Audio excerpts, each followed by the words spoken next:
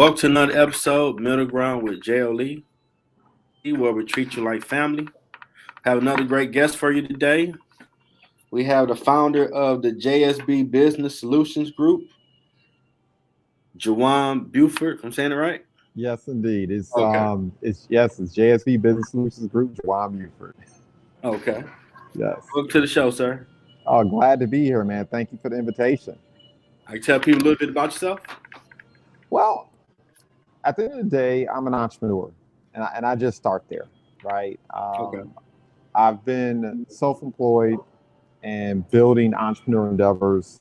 Wow, since my early 20s. I started out in the banking industry. Just saying it reminds how old I am. Oh my gosh, it's like 24 years, over Yeah, 20, you almost. got a lot on your LinkedIn, man. Yeah, A lot on man. there. Yeah. Started out in the banking industry, fresh out of college. It's a fascinating story behind that, but maybe we'll kind of get around to that. But man, I lasted all of 3 months. I went through the orientation training. They placed me at the branch downtown. At the time, it was Standard Federal Bank. Before the multiple buyouts, AB and AMRO, now Bank of America. Okay. And, they gave me a goal. They said I had to raise over $1 million in new revenues. And, Oh, wow. I'm fresh out of college. I've never managed more than 30 or $50,000 Mm. before in my lifetime.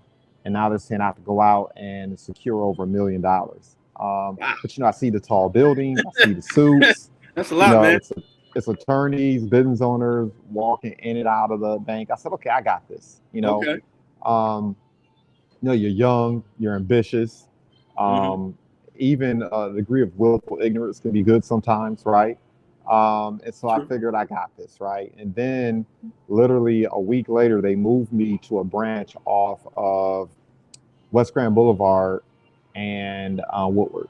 And if you remember what things were like back then, 20 years ago, Oh, yeah. yeah. Wow. So none of the business development. Oh, So wow. it Oh, was basically gee. little old ladies walking into the bank, Yeah. cashing their Social Security checks and leaving $2 in the account. So they moved Wow. me to a different location, but the goals hadn't changed. Their expectations for us hadn't changed. So I remember the branch manager, like it was yesterday. We were looking at each other, and we were both basically posting our resumes elsewhere. We were looking for another job. Okay. Um, Okay. long story short, um, did it in a 3 month period of time. Okay. Matter of fact, exceeded the goal, not only in terms of bringing in new investment dollars, but also mortgage origination, despite the challenging environment that we were in. And I remember like it was yesterday, man. I'm attending certain meetings out in Troy where the headquarters were located at. Made it in the banking news, all that fun stuff. And a couple weeks later, I received a thank you letter. And I'm thinking, Okay. oh, this is going to be great. It's going to be promotion. It's going to be bonus. Hmm. I'm doing it, right? I'm leveling up. Man, it was a $50 Marshall Fields gift card. Oh no! All that work. 50. Oh no! $50 Marshall Fields gift card. Oh man. So at that point, Dang. let's just say I was not enthused about the banking industry anymore.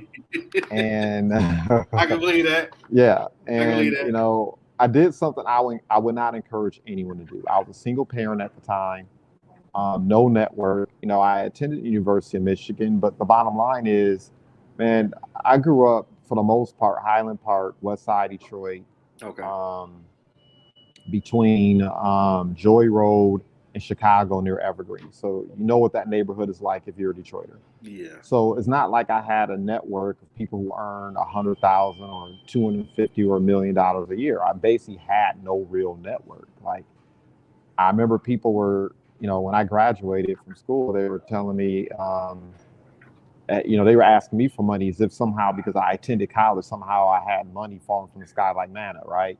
And that just wasn't the case. Yeah. But I did it, man. I literally I completed my resignation letter that day. I remember the manager eyeballing me. She already knew what I was doing. Um, Oh no. uh, Oh, I man. had no savings, no nothing. I just assumed that look, because of my work ethic, my desire to learn and help people, that I could grow wings. right? I could jump and grow wings on the way down.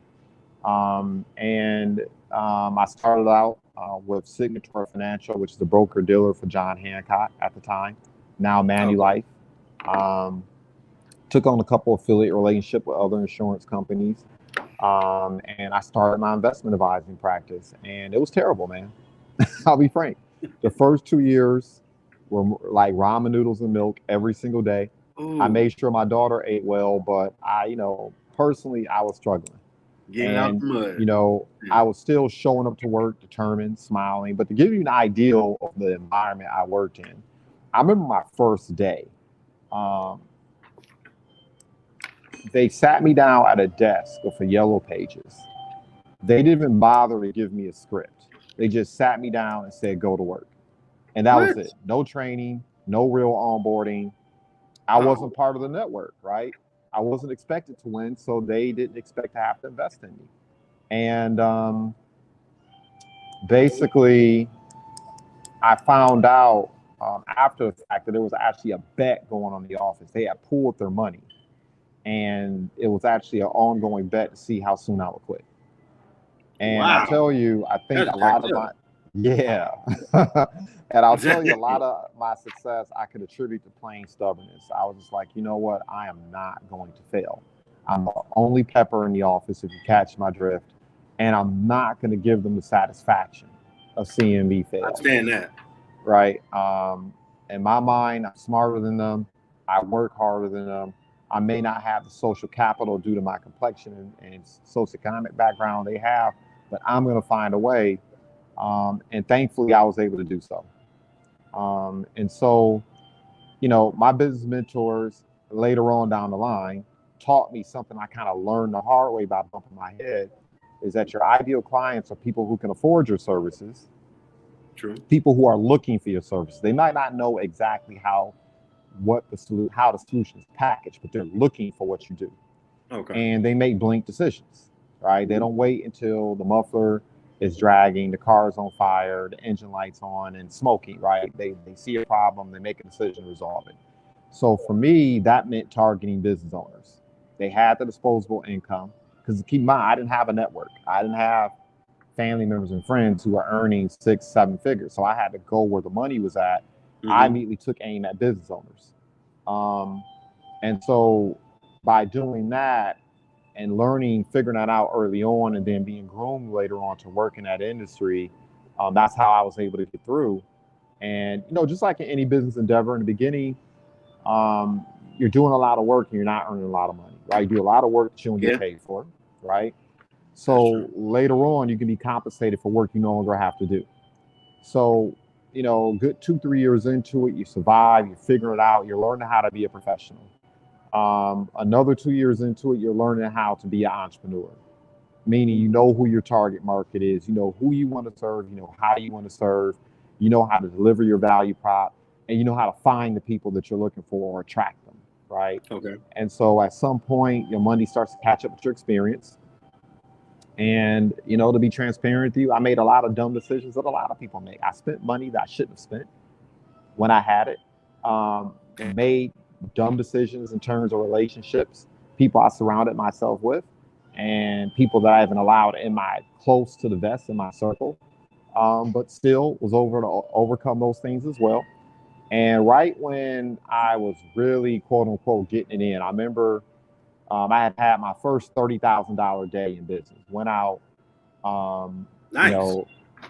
Took in some business, $30,000 payday. It was around 2008. If you remember 2008. Oh, the crash. Michigan got hit hard when that happened. I had made all these dumb decisions. Buying vehicles and buying things and putting myself in situations. Sorry, homeboy. I already know.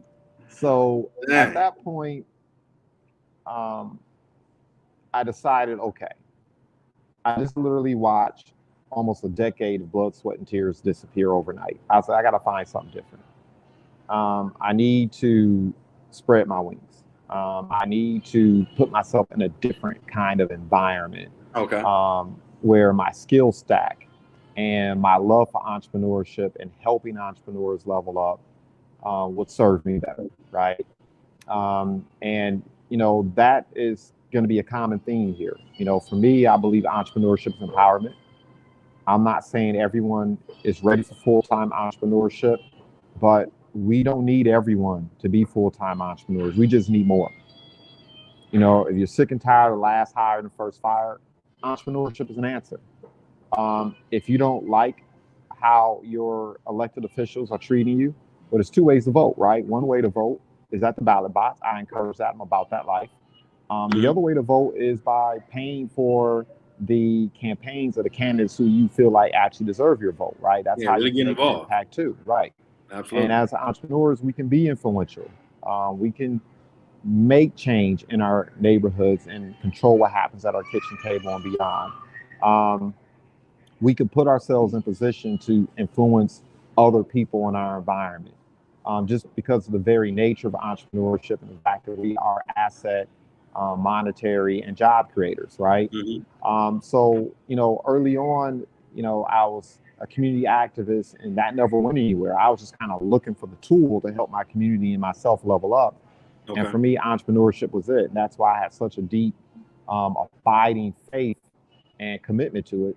And so when I transitioned, I said, well, I have all these years of experience, right? Walking in and out of households, in and out of offices for over a decade, probably meeting about 10 to 15 business owners a week. Okay. So in that experience, you learn some things, you meet some people, and now I have this network. But I also had receipts, right? From all the people I had helped out, from all the people that I had served.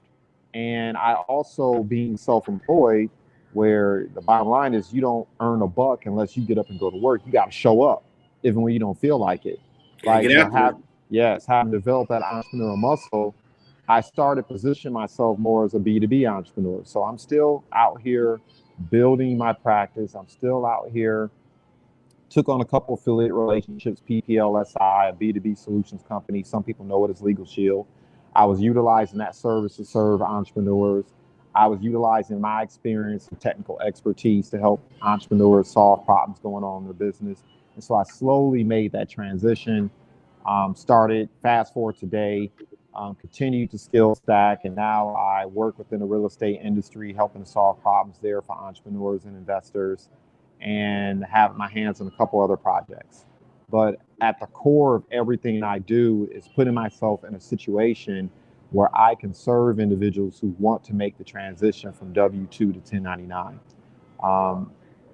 There was a news broadcast. I think it was CSNBC. I don't watch the news much anymore. It's one of those stations.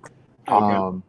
And they brought up an issue that's really been egging me over the last 10 years. And it just came home when I saw the broadcast where they indicated that while the spending power, specifically within the African-American community, has gone up, I believe they said 144%. 1.3 trillion. Yeah. So you already know where I'm going with this. A year. I learned that in business school at Wayne State. But the shocker, right, was that our net worth actually went down by double digits during the same period of time. Wow. So our spending power went up over 100% over a 20-year period of time. But our net worth, right, went down double digits. Spending money we don't have. Well, it's a lot of different things, right? For me, because I saw the responses that they went out and found people to interview about the issue, right? Mm-hmm. And, of course, one of the first things people talk about is spending money you don't have. And that's very true. But you know what? What I learned as an investment advisor, and I had clients who were Caucasian, white, African-American, East Indian, Arab, Asian, it didn't matter, right? I was very fortunate that I understood how to kind of navigate certain circles. So I had a diversity of clients. And I'll tell you, the one thing I learned is that African-Americans don't have a monopoly on frivolous spending. No, we all do it. No, we don't have a monopoly on frivolous spending. We don't have a monopoly on ignorance. We don't have a monopoly on bad decisions. Every group of people, no matter how you demographically segment them, They have individuals in their communities that make dumb decisions and don't spend wisely. But nevertheless, our net worth went down. And I really believe entrepreneurship is an answer to that. The reality of the matter is we don't have equity. We don't have agency in how money is distributed, how capital is acquired, and how it is deployed. And in my mind, that is the primary reason, right? Of course, we can change our own spending habits, which is why I'm about that life, about entrepreneurs, right? Keeping money in the family. You know, the other thing that individuals did not talk about during that interview, which I found very puzzling, was the fact that, look, everybody spends our money. Everybody spends our money, if you know where I'm going with this, right? Everybody gets our money. They spend our money. So, of course, if I am a white American and I'm getting the dollars from my community, who chooses to do business with me primarily, I'm receiving the dollars of other ethnic groups, and I'm receiving the dollars. So I'm spending my money as a Caucasian. I'm spending Asian Americans' money. I'm spending African Americans' money. I'm spending Latino Americans' money. That means I have a lot more resources to pull from. Now, let's be real. Here in the Detroit metropolitan area, with a couple exceptions, the majority of African Americans, particularly small business owners, the bottom line is if we don't support ourselves, no one's supporting our business. Okay, the majority of African American business owners, the majority of the clientele, easily 80, 90, some of us, 100% of our clients are going to be African American. Other people do not spend money with us at that clip, right? No. So as a result, we have far less, our business are far less capitalized for that reason alone, right? And that's something that we need to have a real conversation about. That's part of the challenge, right? The fact that if we don't support our own businesses, our businesses fail. And that's a conversation that needs to be had. It's not simply the fact that we spend irresponsibly sometimes. We spend irresponsibly in other people's community.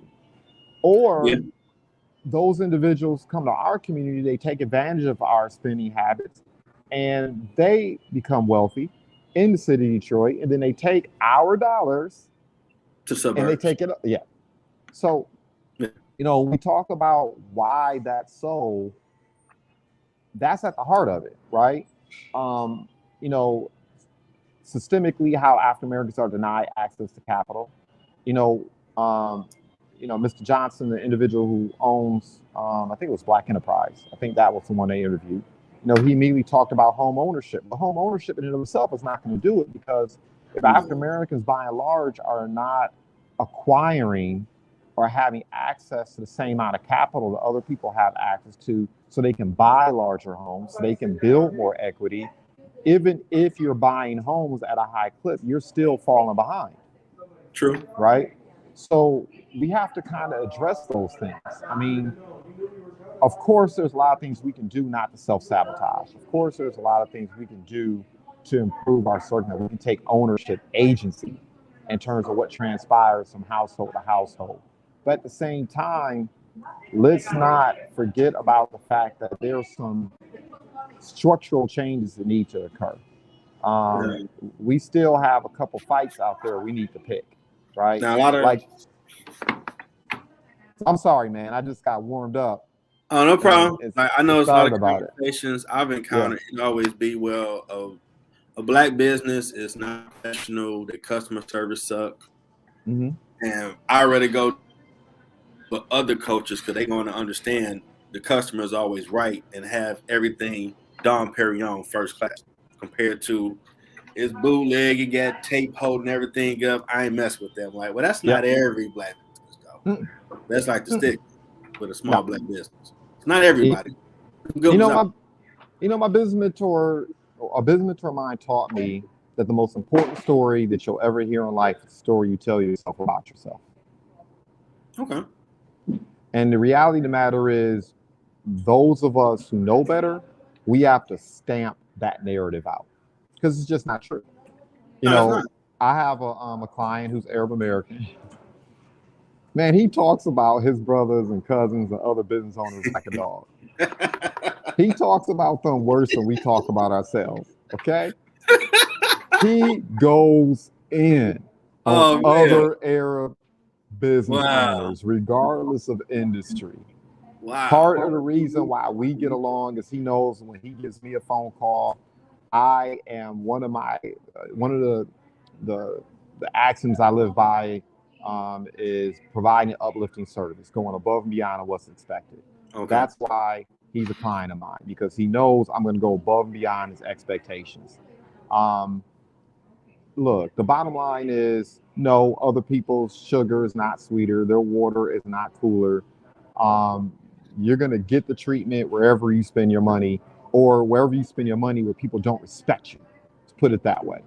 So we got to stamp that out. The bottom line is, yes, I mean, I can tell you, one of the biggest issues we have in the Detroit metropolitan area, and this will probably get me in a little bit of trouble, but, one of the advantages of being successful as an entrepreneur is you have a little bit more leeway to say what you want to say, right? So I'm going to go there. One of the biggest issues I've seen from that standpoint, without being completely dismissive of it, is look, for the longest, Detroit kind of operated in its own little world, its own little capsule, right? Really? Okay. That's why the culture is so thick. That's why it's so rich. That's why you can be anywhere in the world, Florida, you can be in Mexico, Canada, you be anywhere, and a Detroiter knows a Detroiter when we see one, right? Yeah. It's immediate Hey, what up, head Bill? nod. Yep. Oh, what Yep. up? He's from the D. Okay. Yep. Only takes 2-3 minutes. Like, that's a Detroiter, right? The flip side of that is Detroit kind of operated and developed in and of itself. There was no diversity of ideals, and there was no real competition, right? So if you're an African-American business owner and the only place where African-Americans can conduct business is with you, or if you're in an environment where it's buy black first, nothing wrong with that, right? What's the gentleman name that preaches B1 all the time? It's terrible. I can't remember his name off the top of my head right now. The professor that has a following on YouTube. But it'll probably come back to me in a moment. Boyce Watkins? Boyce Watkins, right? He's B1, right, is what he promotes. Well, what ended up happening is sometimes when you are in a situation where you have a monopoly over a market, you take things for granted. Yeah, that happens. Because you assume that you're going to patronize me. I don't have to level up in terms of the service. I don't have to improve. I don't have to get better. I don't have to take measures. You get lazy. Yeah. Right. So I think there is some of that exists within the community, but not nearly to the extent to which we allow that narrative to hold sway. The majority of the African-American entrepreneurs and business owners and period, Detroiters, regardless of ethnicity, that I work with and deal with on my daily basis, they are 100% committed to being competitive. Okay. They realize that they have to compete not just against people here in the Detroit metropolitan area, but against people all over the world, right? And they're committed to offering the best service. They're committed to seeing their clients level up and grow and be prosperous, because we believe that a rising tide lifts all ships. The best way to help other entrepreneurs out or to make the ecosystem more fertile is to serve your clients and help their life chances and solve their issues and problems so they can be more profitable, right? So that's the majority of us. And I just refuse to let that narrative overshadow the fact that you do have a lot of African Americans who have legitimate businesses, who are doing exceptionally well, helping a lot of people. And we do ourselves a disservice by saying that. Like I said, I have too many clients from different ethnic groups where I'm sitting on the phone with them, I'm sitting in the room and I'm watching them dog each other out. Like lazy dog, belching, etc.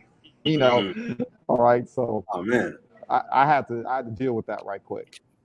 So what does the JSB Business Solutions Group offer as a business? So the problem we primarily solve is this. Look, as an entrepreneur, if you've been around for more than 3 to 4 years, usually you figure some things out, right? So you've learned, you've beta tested your product or service. So people are buying your product service. You've reached a point where you've grown comfortable enough to lean in and ask for people to part with their hard-earned currency to support you, right? Okay. After that period of time, you probably have a good idea in terms of how to attract, or at least how to find your clients. Else you wouldn't have been in business that long, right? You have a good ideal in terms of how to articulate your value prop. Maybe you have certain marketing tools that help augment that piece, right? So you're not having to get up and be the one articulating. You're using social media, you're utilizing evergreen content online, whether it be Google or YouTube. You figure some things out, right? But what ends up happening is you start bumping your head because you need to scale. In order for you to have a greater impact, in order for you to generate more revenues, you need to scale, which basically means you need to start doing what? Acquiring more talent. So when you're first starting out, you're wearing a million different hats. You're the chief financial officer, you're the accountant, you're the, you're the marketing person, you're the intellectual property person, phone call, text message, put out the fire person. You're doing all these different things. And that's the difficulty of it. And hard work and talent takes you a long way, but teams win championships, right? True. And so what we basically do is we equip you with access to professionals. We start to wrap you around a network of teams to help take a lot of those challenges off the table. So legal matters, tax and accounting questions, having access to tools to help you more effectively market your business, making sure that you actually have a process in terms of onboarding employees and a process in terms of onboarding clients. See, the issue is, as an entrepreneur, or let's say you're a highly skilled professional, right? So you've excelled in corporate America. You've developed a skill stack, a certain way of doing things. You start your business, you start hiring people, and you expect that they know what you know. You expect that they've developed the entrepreneurial muscle that you have. You expect that they have the toughness, right? They have the ability to learn, figure out things, and they can deal with the rigors you've had to deal with. And that's just not so. You have to literally write down your processes. You have to document how you onboard a client. What do you do once a client is on board? How do you serve them? And then what transpires afterwards? Same thing with staff and employees. You have to have an onboarding process. It's not enough as an entrepreneur, we do things that work. But when you're looking to level up and scale your business, you have to do things that duplicate, right? So I hear a lot of entrepreneurs and business owners who will say, well, look, I'm having a hard time finding employees. I'm having a hard time retaining employees. And look, I know that to be true. I'm not dismissing that. But one of the first questions I'll ask them is, what's your core value? What's your core focus? Why does your business exist beyond just to earn a profit? Who do you want to serve? How do you want to serve? Who's ultimately your target market? In other words, who's the person that's looking for you? Once again, right? Has disposable income to pay for your services, willing to make a blink decision. Because everyone can't be your target market. If everyone's important, no one's important. You have to find the individuals that really doing business that really makes your business profitable. And if you can't define those things, that means you can't give your employees a track to run on. How effective can they be when not being led properly? That's good, right? So what ends up happening is, when I was a kid, I watched National Geographic a lot, right? Okay. And so, you see the lions chasing the gazelles. And we know the gazelles are faster than the lions. Maybe the lions can do 30, 40 miles per hour, but the gazelles can do 40 and 50 miles per hour. So one lion typically, in and of themselves, they're not catching a healthy gazelle. Or even a gazelle that might be a little bit sick. They're not fast enough, right? No. So how do the lions catch the gazelle? Well, one starts sprinting towards it. Another lion starts sprinting towards it. Another lion starts sprinting towards it. Another lion starts sprinting towards it.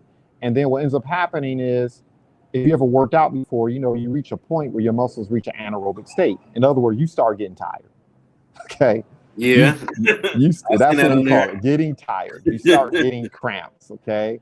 Yeah. And that's because the muscles are being forced to operate off glucose because you're running out of the oxygen and all the other resources, right, as your body fatigues. So that's what's happening with that gazelle. And so the lions know we keep chasing. If we keep harassing this gazelle, we keep setting traps. Eventually, it's going to tire, and then they have their meal. Well, you know what? That's what's happening with entrepreneurs out here. you're running from issue to issue. You're always dealing with the urgent, so you never deal with the important. And what ends up happening is when a pandemic transpires, and it doesn't have to be just a health pandemic. Remember the 2000, when the bubble bust in 2000 with tech, right? 2008, we had the market crash because of what's going on in real estate. This time around, it was an economic downturn, depending on what side of the fence you were on, by the way. Economic downturn that entrepreneurs, particularly small business owners, suffer from this time. Look, there's another one that's going to happen in 3 to 4 years from now, and then there's going to be another one. And if you haven't scaled, if you haven't grown, if you're day to day, if you're just putting out fires all day, every day, if the lions are constantly wearing you out and tiring you out, when the next pandemic transpires, you don't have the emotional, psychological, material, or capital resources to survive, and you end up going under, and it's a vicious cycle. What we actually do is we take you, that entrepreneur, and we help you put processes in place. We help you install operations. We help you define the values, define your focus, put processes in place where your business grows from a team of me to a team of we. So now you're not waking up every morning and you're not everything to everybody. Now you can really focus on being a business owner. As a CEO of a company, you should only really be focused on a couple things: growing the brand, marketing, and making sure you're finding the right talent to fill the spots that you need in the business to continue to grow it. You shouldn't be putting out fires every single day. You shouldn't be putting out every client service issue. You shouldn't be putting out every simple logistic issue. Every time some type of conflict occurs amongst your employees and staff, or between a staff person and a client, you shouldn't have to be the one that gets involved in it. You should have systems and processes in place where your employees, number one, have a sense of agency in what transpires in the business. They're vested in it. And they also have the training, the track to run on to put those fires out so the business can run independently of you. That's the goal. That's the bag, right? To build a business that will grow, generate revenues, and exist and develop independent of you. That's where the freedom is found. And so that's what we do in a nutshell. Yeah. Awesome work, bro. Thank you. Like, I was just back in business school for me. Like, he's breaking this thing down. Like, okay, I feel that. Yeah, so man, I'm not one of those individuals that read a book and watched the YouTube video, and now I'm out here entrepreneur dispensing advice. I've been living, breathing, doing it. I had someone ask me the other day, he said, I need you to be my coach. I was like, we gotta further define this relationship. I'm never gonna be your coach. And I'm an entrepreneur that's building businesses, but I am willing to set aside time to help other entrepreneurs do the exact same thing who are about that life. And I'm always about taking time when I can for initiatives like your show here. I love what you're doing here. I want to give you your flowers. We don't do that enough, by the way, in our community. I want to give you your flowers for the platform you're providing. I was listening to the other interviews. Man, you're providing some invaluable information to the community. So I'm about that life of supporting other entrepreneurs and helping them level up and do what they need to do, because I really believe a rising tide lifts all ships. So I thank you. I appreciate you, bro. I appreciate you doing it.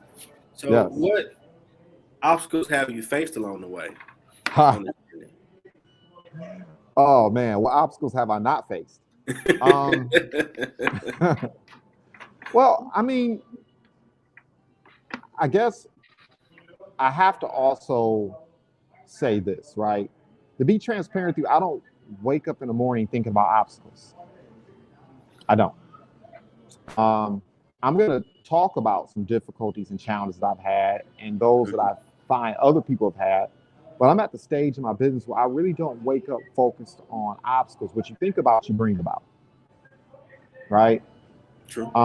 I spend the majority of my time asking myself, just how can I get better? Okay.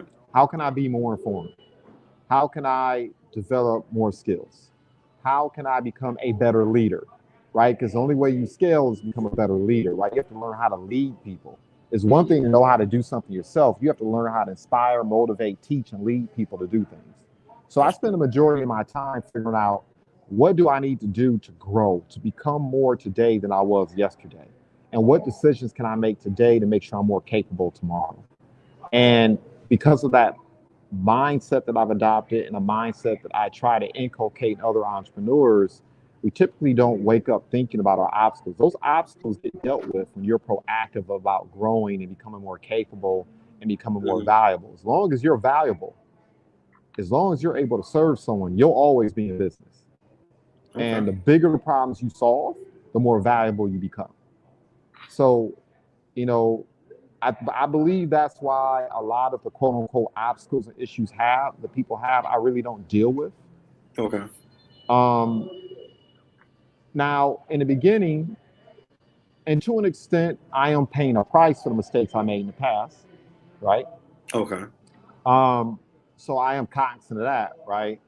I'm not going to be one of those entrepreneurs that sits up here and says, "Hey, look at my veneer." No, we all go through an ugly duckling stage, right? True.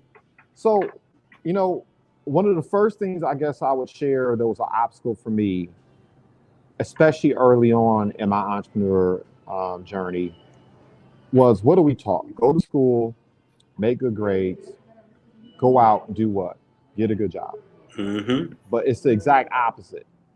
As if you're going to grow and scale, you can't be everywhere all the time, right? So that whole ideal, I'm going to be the smartest person in the room. I'm going to be the most talented person in the room. I'm going to be the most able person in the room. I'm going to outdo and outcompete everybody and everything. That was a huge error in judgment. I would say I had a chip on my shoulder, right? I attended University of Michigan and I had a little bit of a chip on my shoulder there, right? Because I'm in an environment where the average median income is 250, 300,000. I'm seeing people buying cars exactly, right? I'm seeing people live lives, have certain advantages that I didn't realize that some of the disadvantages I saw as disadvantages were really advantages for me. But, you know, we can talk about that in a moment if you want to go there. But for me, that was the biggest mistake, right? Early on, I had this chip on the shoulder. I felt like I always had to prove myself better than everyone else. And the bottom line is you'll never be better than everyone else. If once you start earning 100K, you learn that there are other people earning 200K. Once you start earning 250K, 250K, you start learning, oh, there are other people earning 500K. Mm-hmm. Once you start earning $1 million, you learn that other people out there earning 10 million, and so on and so forth. So the objective is not to get better. The objective is put yourself in environments where people who are better than you, smarter than you, more able than you, where even if you may be more intelligent than one way, they have certain intellectual acumen in other areas that you don't have. I didn't do enough of that early on, and I know that set me back for a reason, right? I wanted to always be the smartest, most impactful, effective person in the room. And sometimes I was okay with being that person. When the reality of the matter is, no, you don't want to be okay with that. You want to put yourself in environments where you're the weak link. Yeah, they can help you out. Right. But hold on. In saying that, though, you don't go there empty-handed. No, right? You bring something too. Yeah. You're bringing something to the table too. So that is something that made a lot of mistakes in early on. The other thing that I did is look, as an African American man, I didn't value myself. I didn't value myself. When you really value and you understand your value and you also realize how significant your impact can be, you move differently. Well, what do you mean by you didn't value yourself? Well, for instance, you know, in our community, at least when I was coming up, I'll say this. You know, you're oftentimes judged on what your bravado, how many women you can pull, how much money you can spend somewhere. You know, how do you show up at the bar or at the club, right? That's true. You know, once again, there's a narrative out there about us, particularly as African American men, and I'm gonna go there, particularly as African American heterosexual men. There's a narrative out there about us, and it is easy to fall into that trap, into that narrative, right? When I was coming up, it was what? You had to be good at sports, music, pursuing women, and shining, whatever that may mean to you, right? Yeah. But we're more valuable than that. Our impact is greater than that in the world. We can make a greater contribution than that. And oftentimes, if you don't know your value, you invest in things and you put yourself in spaces that you just shouldn't be in. You get into conflicts that you should not be in. You start having issues and challenges that you should not be getting involved in, right? When you know your value, you don't jeopardize your future. Nah, You see what I'm saying? I feel You you. don't jeopardize your future. I'm trying to think of a metaphor that would be suitable. This past year we saw a lot of hip hop artists catch L's, lose their lives, Yeah. right? Reach a certain degree where they're earning a certain amount of income. They are moving a certain type of way. They're starting to buy real estate. They're starting to get involved in the stock market. They're starting to kind of overcome and transcend the circumstances that no doubt motivated and shaped them and helped them become what they were. But you have to evolve and you have to change. Once you start earning a certain type of money, once you start moving in certain circles, you can't be in the streets like that anymore. Nope. Gotta get off the block. Go You corporate. you can't be making yourself susceptible, um, to other people around you who are looking to exploit you. People who look like you and don't look like you. Zora Neale Hurston said it best: "All my skin folk ain't my kinfolk." That is true. Um, you know, dealing with certain women. Yeah. Um, you know that that's a huge downfall of a lot of African American men. You get out here, once again, you're measuring yourself based on how many women you can get involved with, and then you have children who are born in circumstances as opposed to love, and you still have to deal with that. You still have to carry the weight, Yeah. right? Um, I was having a conversation with another brother, a young man. I was having this conversation with him. I said, "Look, man, you do know that if you don't find a way to become valuable, if you don't find a way to serve, if you don't protect yourself, there's no one coming to save you." Like, homeless shelters aren't built for African American men. It's hard as an African American man to be on the street begging for things, right? There's no one Mm-hmm. coming to save you. There's a place for you. It's called the street, and it's called jail. And either way, they're not places you want to be. You have to, early in your 20s, you need to be 100% focused on building your skill stack. You need to be 100% focused on becoming valuable, becoming more talented. Trust me, the vices that you are interested in now, they will be there. And I tell people, particularly young men, all the time, man, Yeah.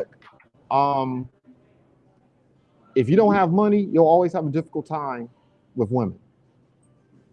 If you have your money right, you'll never have a difficult time with women. Get your ish together, right?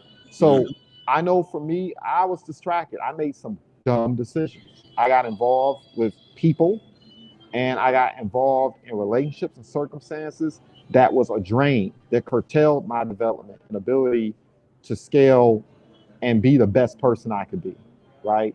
That's an error in judgment, and that's a conversation we need to have more often in the African American community, because there's a narrative that too many of us buy into, and we need more people who look like us, who share our love for the community, who are in our positions to be at the table, and more often, and not just be at the table, have agency over what happens at the table, and quite frankly, have agency over how we are perceived in the community, right?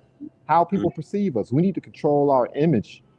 So often when I'm looking at listening to stuff on the radio, I'm looking at television shows, movies, social media in general, and the way in which we're portrayed.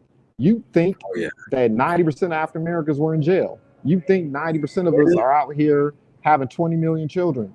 You think we're out here just being the complete and utter stereotype that existed back when Birth of the Nation, the original one, was introduced over a century ago. You think that's us, when nothing could be further from the truth.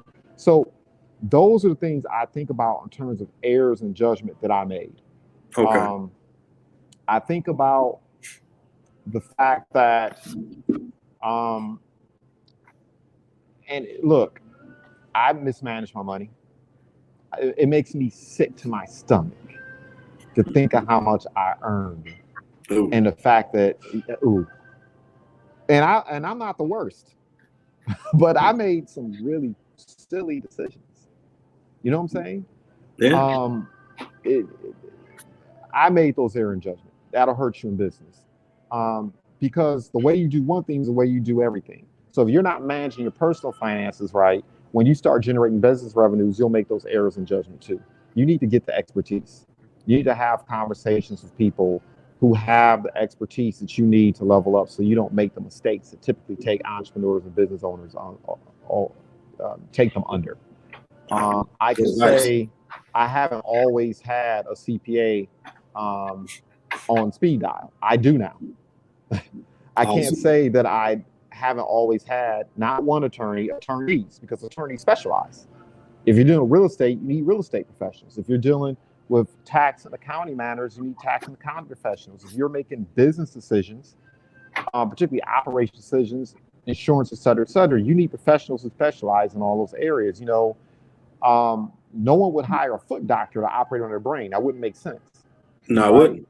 So what you want to do is, as you come across challenges that you are not suited for, you have two choices. You can either learn those things yourself, which is very time consuming. Sometimes you need to, but a lot of times you don't. You should actually delegate that so you can focus on your strengths, right?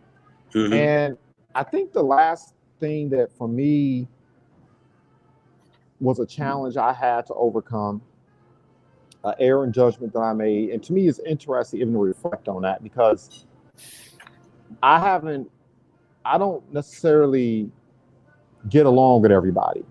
And a lot of that is because, quite frankly, I think for myself, and I don't always care what other people think. So, good way to be though. And as an entrepreneur, sometimes you have to be that way, right? It's not that I'm not empathetic to people. It's not that I don't care about what they're going through. It's not that I don't want to be a help or be a benefit to people. But at the same time, I understand part of being an entrepreneur is no excuses. The buck stops with me, right? Yeah. You can't win and make excuses at the same time. So you have to exercise an unreal, overarching, unreasonable degree of agency and accountability in your business dealings, because you can't blame people and pay the bills at the same time. Right? Yeah. So you gotta protect your brand. Yeah. So you have to protect yourself psychologically, right? So, but at the same time, what I would say is I did spend a little bit too much time being a little bit too sensitive to individuals' thoughts, perspectives, or ideals of what it is I was doing. And when I reached a point where I really just overcame that too as well, because there's levels to it, right? And in order for me to scale to the next level, I had to reach another level of maturity and confidence in what I was doing as well. And that took a lot, right? To be comfortable doing interviews like this, to record a YouTube video or Instagram video. Because once you put yourself out there, it's almost like being an activist, right? You're out there. You can't hide anymore. You ain't lying, brother.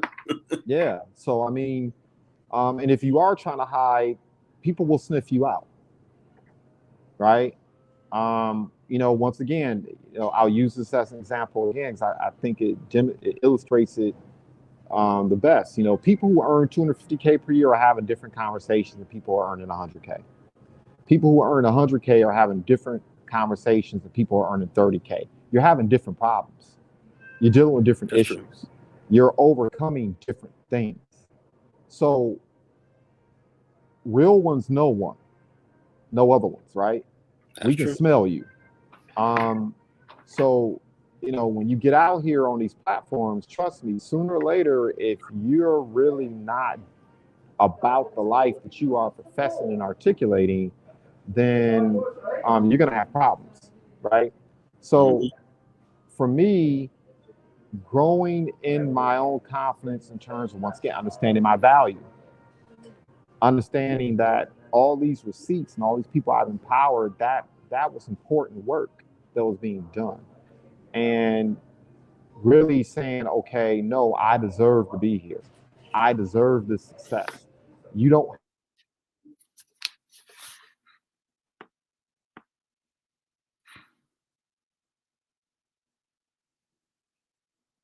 earning $1 million and eating steak and shrimp every single day, because most of that is not real.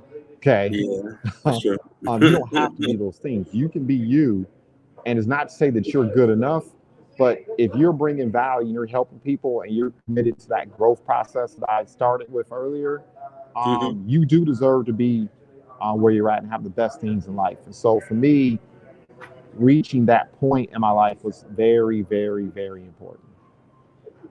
Man, you dropped a lot of gems right there. That's really going to bless and help some people understand entrepreneurship. You know, we're having some type of technical difficulty. I think you can hear me, but I can't hear you. You can't hear me? Huh, that's really weird. Okay. You hear me now? Yeah, I know I'm in the show, but I'm not in it. So what I'm going to do, if I leave and come back, will it disrupt it? You can try it and see. Because I'm trying something else now to make sure. Or hold on. This is what I'm going to do. Give me 1 second. I know what I'm going to do. I am going to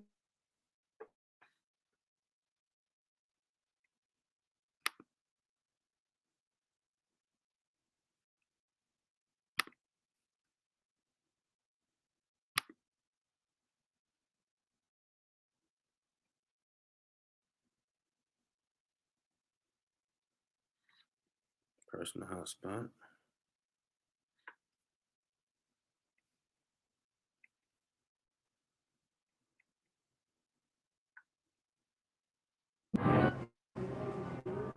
Still can't hear him. Can you hear me? Yeah, I hear you. I don't see you. Huh. There you go. So this is what I'm going to do. I'll see you now. I'm going to jump on my other phone.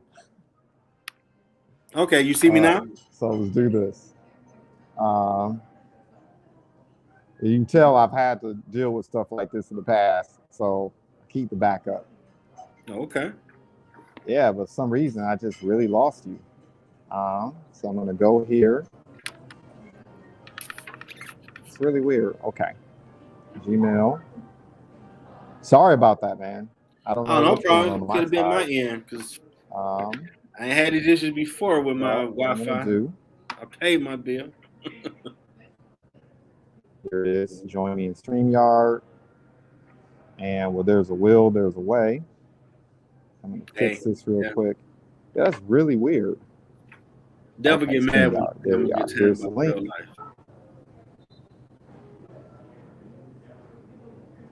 And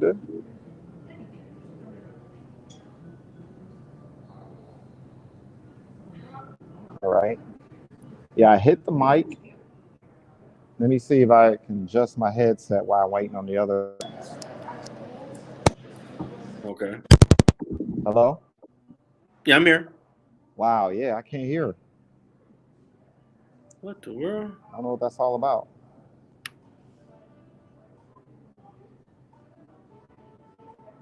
It says I'm entering a broadcast studio. It says loading.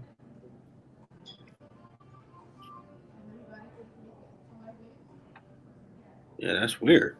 Allow my cam access. Allow that. You want me to send you another invite? And display name. I'm gonna put in here JuJuan. Buford. Okay. Let's do that. Enter studio.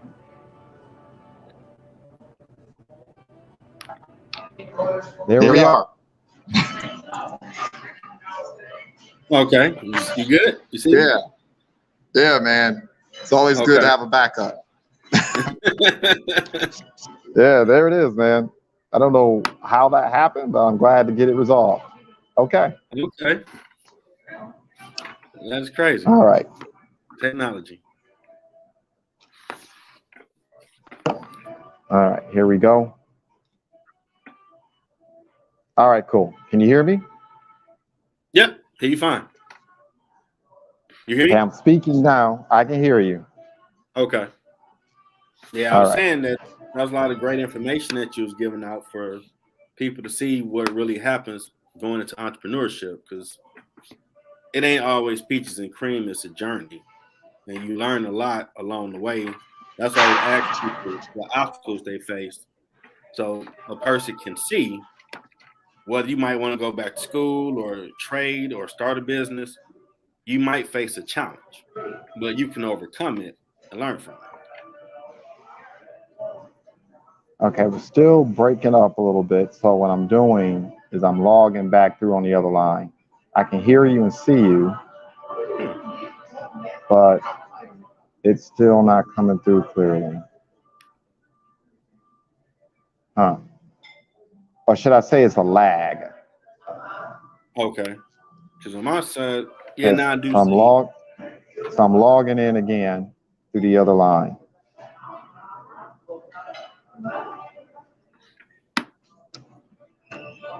Wow. Okay. So go here. I learned something new today. Yeah. Okay. Yeah. So Good. All right, what's this? here it is. Um, so let's go here. Here it is. Okay. 370. No, that's not it. Okay, there we go. 976, 78.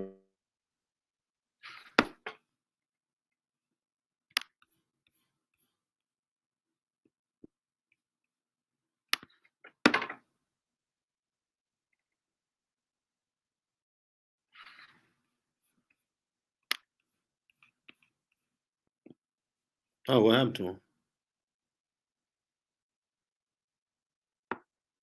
Oh, he totally left. What the world? Oh, there you go. All right. We're back. Okay, you hear me? Okay, I can hear you clearly now. Okay. All right. Now we are 100% back on. Okay, great. Okay. All right, figured it Yeah. out. Okay, Yeah. One more question. sure. What advice do you have for someone trying to find their purpose? Ooh. Um,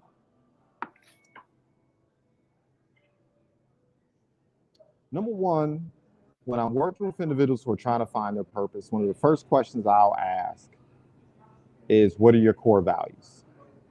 Okay. In other words, what are the things that matter most? What are the things that you are most passionate about? What are the things that give you energy? And when I say give you energy, it can be things that motivate and inspire to make you smile and laugh, right? Mm-hmm. Um, I remember for me personally, early on, despite the fact that I had self-esteem issues early on, Okay. um, particularly in elementary and middle school, I attended a Catholic school where I was kind of one of the individuals that helped integrate it. It wasn't pretty. It Okay. impacted my esteem. But a couple times while I was matriculating through that environment, I had the opportunity to speak on stage a couple times. Mm-hmm. And I remember how free I felt. I remember how good I felt. And I knew public speaking was going to be in my future because of that. What are those things for you? What are those things that you can recall that give you energy, where you feel alive while you're doing it? But you know what? What are those things that also, quite frankly, anger you? The question I ask a lot of entrepreneurs is, what are the things that piss you off? I mean, from the time that you were a youth, a child, where when you see it, when it goes down, you get the urge to jump out of your chair and do something. What are those things? What are your core values, right? Mm-hmm. And it's important to define that and really take time with this question, because so often once again, we're so concerned about what other people think and how other people feel about us. Look, if one of your core values, if nice things, watches, cars, houses, vacations, if those things motivate you, then that's you. Don't try to be other people. There's only one you, because you can't put your life's energies behind a compromise. If you're trying to compromise and be all things to other people, if you're trying to satisfy other people, you'll never be the best you can be. True.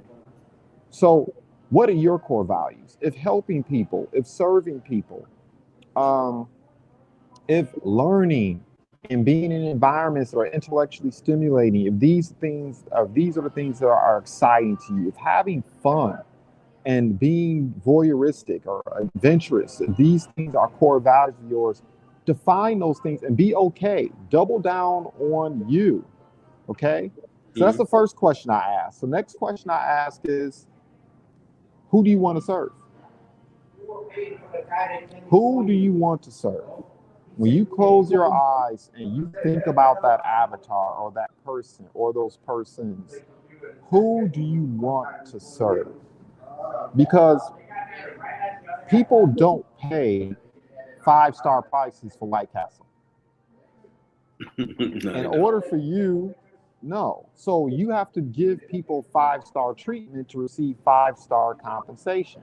And if you don't like the people, if you really don't want to serve people you're dealing with, it's going to be hard for you to learn what you need to learn, develop the talents you need to develop, make the investment you need to make to invest in your business and serve them. So number one, what are your values? Who do you want to serve? How do you want to serve? That's an important one too. How do you want to serve? Right? For me, I know there are certain things that I do exceptionally well that I enjoy doing. I just enjoy it, right? And when I'm looking at quote unquote opportunities, when I'm looking at things to involve myself in, that's the prism in which I view things. Okay. Is it in line with my values? Is it in line with my core focus? Is it in line with who and how I want to serve? And that's a lesson I learned early on, right? That's another lesson I guess I should have imparted. A lot of times when you're an entrepreneur, and especially if you're very talented, you'll find yourself doing a lot of different things because you can, and because you can earn money doing that, right? It can be profitable. But you're not going to scale. You're not going to grow. You're not going to really develop a brand that really sticks out and differentiates yourself from the competition until you really dig into the things that are in alignment with your values, who you want to serve, how you want to serve, and what gives you energy, right? So when I'm talking to an entrepreneur and they're asking me, well, how do I start a business? Or what should I focus on? Or what's the best path for me? Those tend to be the questions that I ask of them. You know, one other question I would ask is, what is your signature worth? In other words, what are your guarantees? What are your guarantees? If you remember 20 years ago, I'm dating myself, but over 20 years ago, remember there was no such thing as guaranteed delivery, right? You remember that? Oh. There was no guaranteed delivery. You order Nah. pizza, it might come in 2 minutes, it might come in 2 hours. There was no guaranteed delivery. And then a company that wasn't very well known at the time called Domino's introduced the ideal that we're going to guarantee that this pizza is going to arrive at this time. Yeah, they did. Or else we'd give you a free pizza. And that changed the game. It changed the marketplace, right? That guarantee is what put them on the map. It's what allowed them to leapfrog all their competitors to become the powerhouse and be the dominant force in the industry. And now fast forward 20 plus years today, look at all the different guarantees that these same pizza companies have. 5 minutes, right? Yeah. And delivery guarantees, et cetera, et cetera, et cetera. What are your guarantees? You know, which also should fall in line with how you want to serve. For me, because I'm a little bit of a nerd, because I value intellectual exchange and academic exercise, a question that I ask every single one of my clients, every single one of them, if I have a consulting relationship or some type of coaching or technical assistant relationship with them. The question I ask them all the time is on a scale 1 through 10. 1 being, I don't know why I spent any time with you. I didn't learn anything today. You suck. You're a waste of time. Don't ever call me again. 10 being, what you shared with me today changed my business. I know if I execute what you shared with me, it's going to change the fabric and trajectory of my business and my life. Scale 1 through 10, tell me. And if a business owner does not give me a 10, I'm doing some serious evaluation of the conversation I had with them and whether or not I earned my money. Right? So that's my guarantee with a lot of entrepreneurs. And I tell them that. My guarantee is, as a result of the work that I'm doing, the trajectory of your business and your life is going to change each and every single time. Right? What are your guarantees? And those guarantees should be a reflection of what? Once again, your values, how you want to serve, what matters most to you, what's the end game, why do you exist, what problem are you solving? And if you can answer those questions, you will find yourself in those answers, and you will also find your competitive advantage in your business. Man, that's awesome. That's like some Yoda old school knowledge you're giving out, man. I appreciate it. I really appreciate it. Well, I'm glad it's being well accepted, man. I love this. This is beautiful. Oh yeah, I'm gonna have to get you back on here again. Talk about the state of stuff in Detroit with entrepreneur stuff, because you more boots on the ground about what's really going on. And that'd be a good conversation. I know what I know, right? Ironic enough, I am thinking about having a conversation with several business owners and creating a forum very similar to this to kind of talk about it, right? Because there are a lot of demographic changes that are occurring right now that is going to impact, in particular, African-American entrepreneurs, but Detroit's entrepreneurs in general, in a major way. What transpired during the pandemic. And let me preface what I'm going to say is this: for those individuals who lost their businesses, for those individuals who lost family members, friends, for people whose lives were impacted in an irreparable way, number one, condolences, greatest empathies. You're in my thoughts and prayers, whether I know you or not, right? Amen. On the flip side of that, what I will also say is this pandemic was a huge distraction in terms of what transpired. We saw one of the greatest wealth transfers in world history occur. During this time, we saw companies quadruple. Their values, in terms of their valuations, literally were off the charts. We had companies' valuations grow by over 1,000%, right? While we literally saw small business America take it on the chin, right? And for me, especially being here in Detroit, is very important because we know the majority of American citizens don't work at corporations. They work in small businesses. It's the same thing in our community. I remember as a child, I knew I was going to be involved in entrepreneurship. Growing up where I grew up, I remember when the family would take me out of those environments and we would go places that were wealthier, more affluent. And I remember as a kid staring out the window, and one of the things that I saw, one of the things that immediately caught my attention was it was obvious to me that the environments that we were in, where the houses were bigger and nicer and the lawns were more manicured and there was like an energy and a vibration, one thing they all had in common is they had vibrant, growing, successful small businesses. True. Right? That is true. And so what transpired during the pandemic in terms of a lot of these entrepreneurs and business owners being erased is a problem. It's a problem because if we don't employ each other, there's not enough space at corporations to take up the gap. It's just not. Right? So those things concern me. You know, the other thing that concerns me that I would love to have a conversation about, I'm just giving you ideals, right? Look, is, man, we have a lot of jewels in the city. We have a lot of entrepreneurs. I mean, we have a lot of entrepreneurs that have accomplished some really impressive things. I mean, we have people in the fashion industry. People oftentimes talk about the music industry. We have entrepreneurs in the fashion industry that have traveled the world.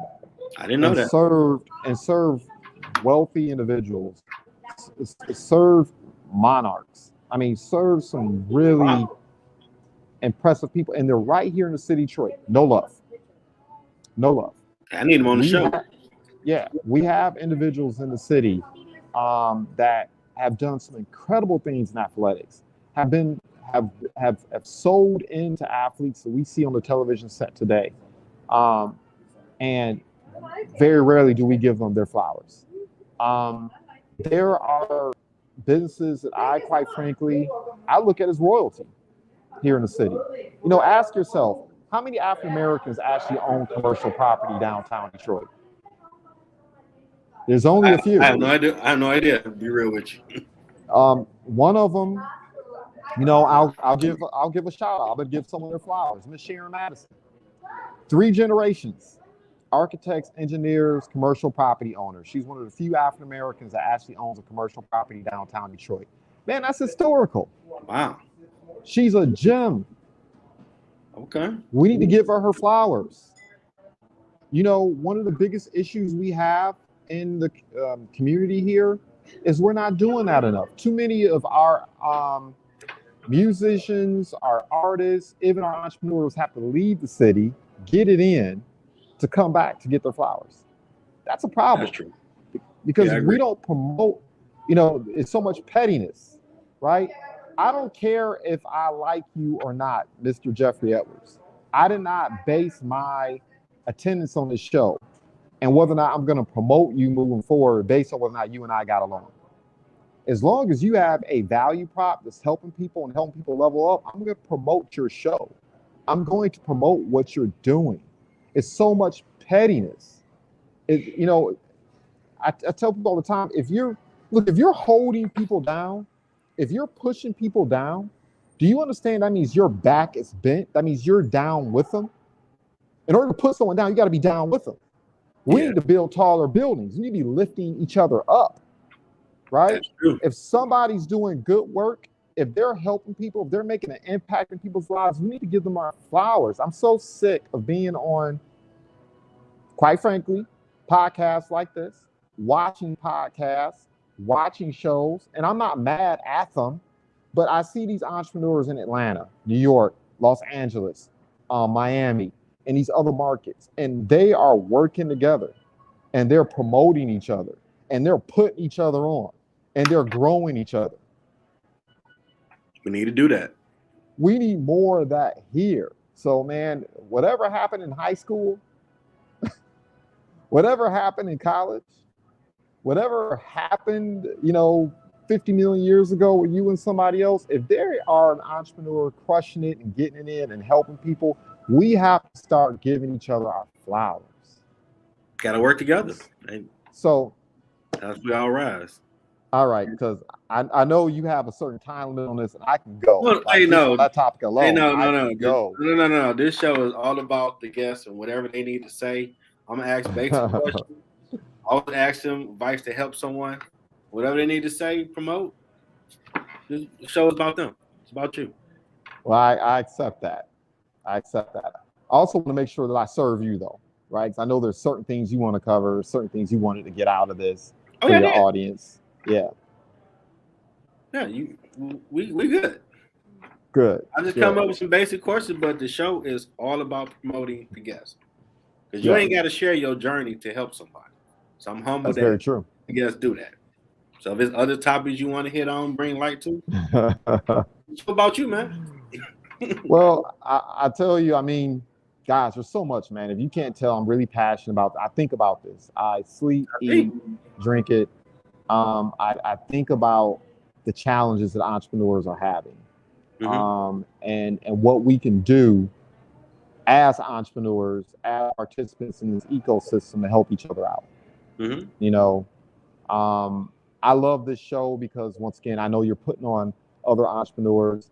You know, a lot of what happens in our community is that other entrepreneurs don't even really know who the experts are.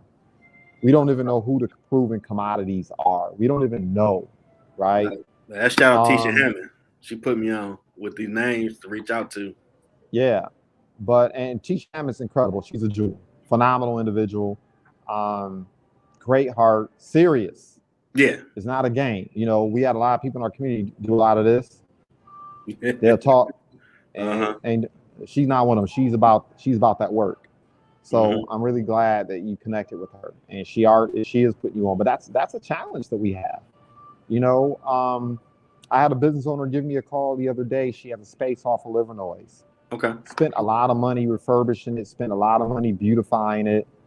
She's deciding she wants to take the business in a different direction. She's not really utilizing the space that frequently. Okay. And she wants the space to be available to other entrepreneurs. Her name is Aja Kebe, right? And she called me up the other day. She says, Mr. Buford, you know, I want people to know about my space.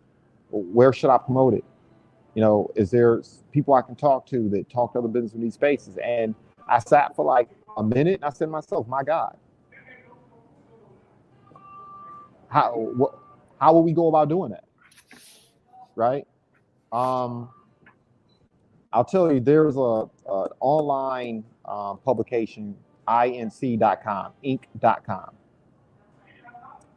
And one of the things I really, really like about inc.com is, because I used to go there, still do. I frequent it sometimes now. I used to frequent it a lot.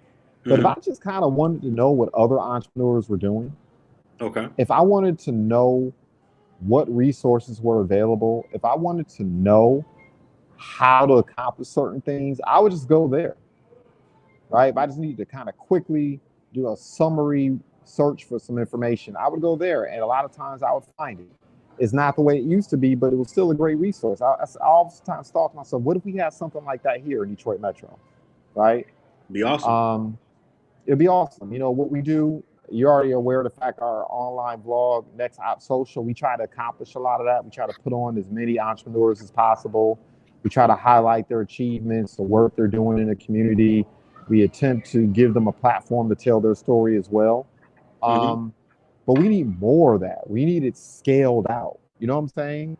And in particular, we need it for entrepreneurs who have not gotten on yet. Because here's the thing, oftentimes once entrepreneurs get on, they don't want to share their ugly duckling stories. Yeah, you got to share it all, man.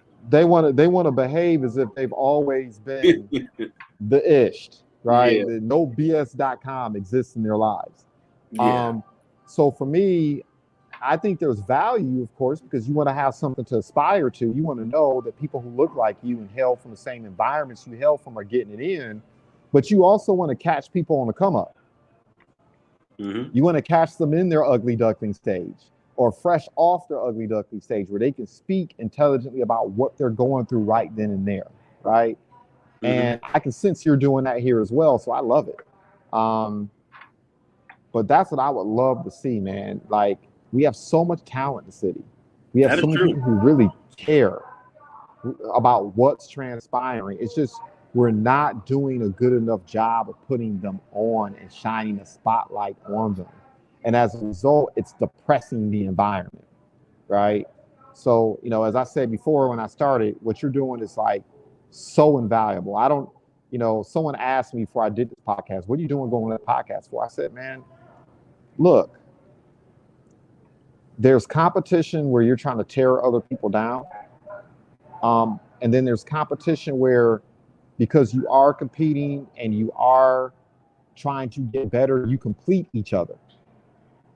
There's a difference, right? When you're competing, people trying to hold them down versus competing with them like, hey, I'm looking at what you're doing. I could be doing that better. You're looking at what I'm doing. We can do that better. Well, we complete each other.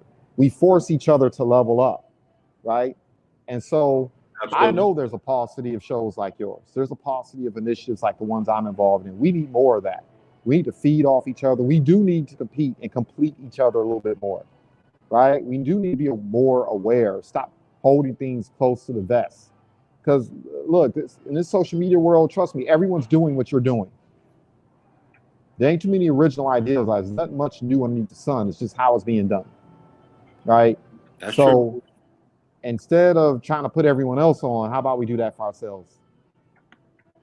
I agree. Well spoken, man. Well spoken. Yeah. Definitely. So yeah, man, I appreciate the talk. Hey, I appreciate you for sharing. Someone's gonna hear this that might start turning that ball in that direction to help it out more. Some of the issues you brought up. That's I my love vote. it. I love it. Well, I'll say it for you. For your guests listening, smash the like button. Share on this content. Mr. Jeffrey Edwards is providing an invaluable resource. And, I know my website is there scrolling on the bottom. The easiest way really to find me is Catch JS Buford. That's my blog. That's kind of like my handle. So if you put in Catch, like literally CATCHJS Buford, you'll find almost everything out there. But we definitely have to do this again. We have to have,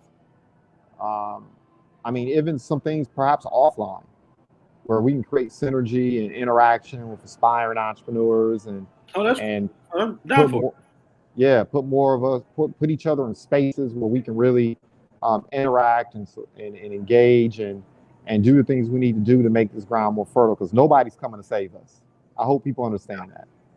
No one's coming to save us. No. Right. We got to get it in for ourselves. Yes. Gotta put the work in. Yep. Well, I definitely want to thank the founder of the JSB Business Solutions Group, JuJuan Buford, for his time on the show. All the information to anybody trying to find your purpose, start a business, whatever you're trying to do. Information he gives is invaluable. I appreciate it. I appreciate you. Thank you.